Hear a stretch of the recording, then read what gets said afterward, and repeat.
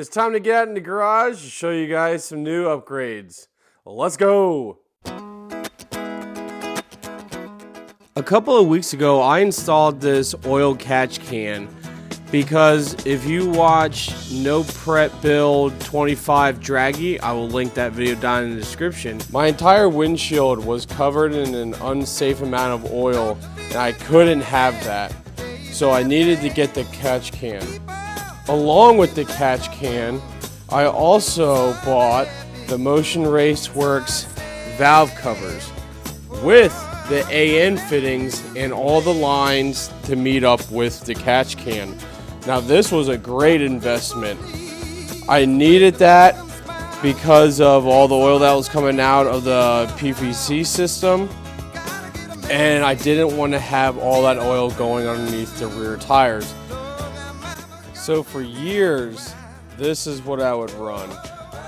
I would run the blue Edelbrock drag spring with the airbag on the passenger side, and I would run these Lakewood 90-10 rear drag shocks. And I had this combination on all of my Fox bodies for years. And it worked really well for what I needed to do.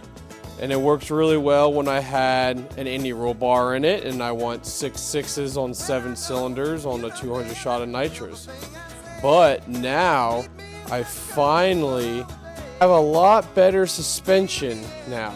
I went to TRS, which is Thomas Racing Service, and I bought a pair of his revalve double adjustable Viking Crusader shocks with landrum performance 100-pound springs to go on the back of it. So I cannot wait till I can test it to see how much faster Snow Badger does.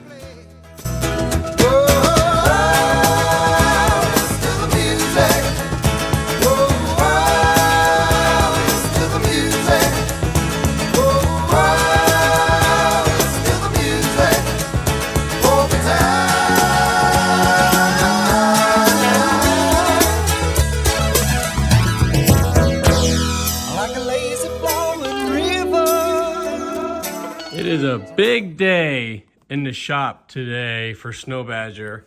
First off, you see we got some TRS Thomas Racing Service rear coilovers. It's a Viking Crusader double adjustable with the landrum 100-pound springs. I also have the adapters to go on top of there to the actual mounting in the back. Same thing for the bottom. And also we're getting a pair of, not a pair, but we're also going to be doing Motion Raceworks catch can kit. Got the new valve covers to go with it. And we got all the fittings and everything down there that we're going to put on there. And also the Motion Raceworks catch cans. So we got the coilovers on this side. Everything's tightened up, ready to go. I'm going to bring it down to do ride heights then to see where it's at.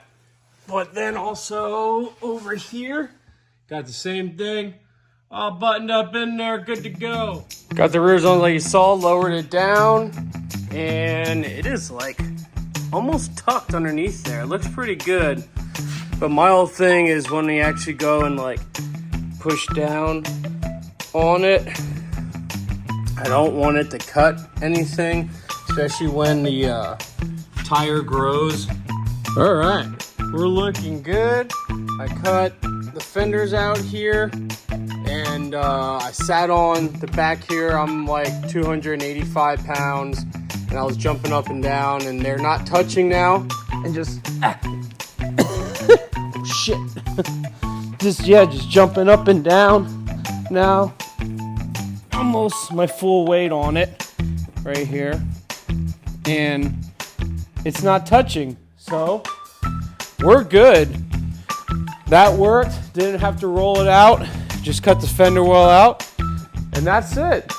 This side and the driver's side is now situated and good to go. I have the clearance now, so I'll be able to go out and test it. And it's starting to get that no prep lean a little bit. Like it's leaning back. So let's go ahead and I'm gonna get the valve covers on and get that going. Yeah, got the breather on. I got some nice AN fittings going right into the Motion Raceworks valve covers on the driver's side and on the passenger side. And I just routed it up against the firewall behind my fuel and then have it come over to this side. Eventually I would like to shorten it and put it over here, put the coolant where this is at, and then take the distribution block down there and put that inside. But that's gonna happen after the roll cage is put in. Another thing I got added was the Motion Racework orange grip, along with the button that goes with it. So I'm excited I got that on. It looks so good.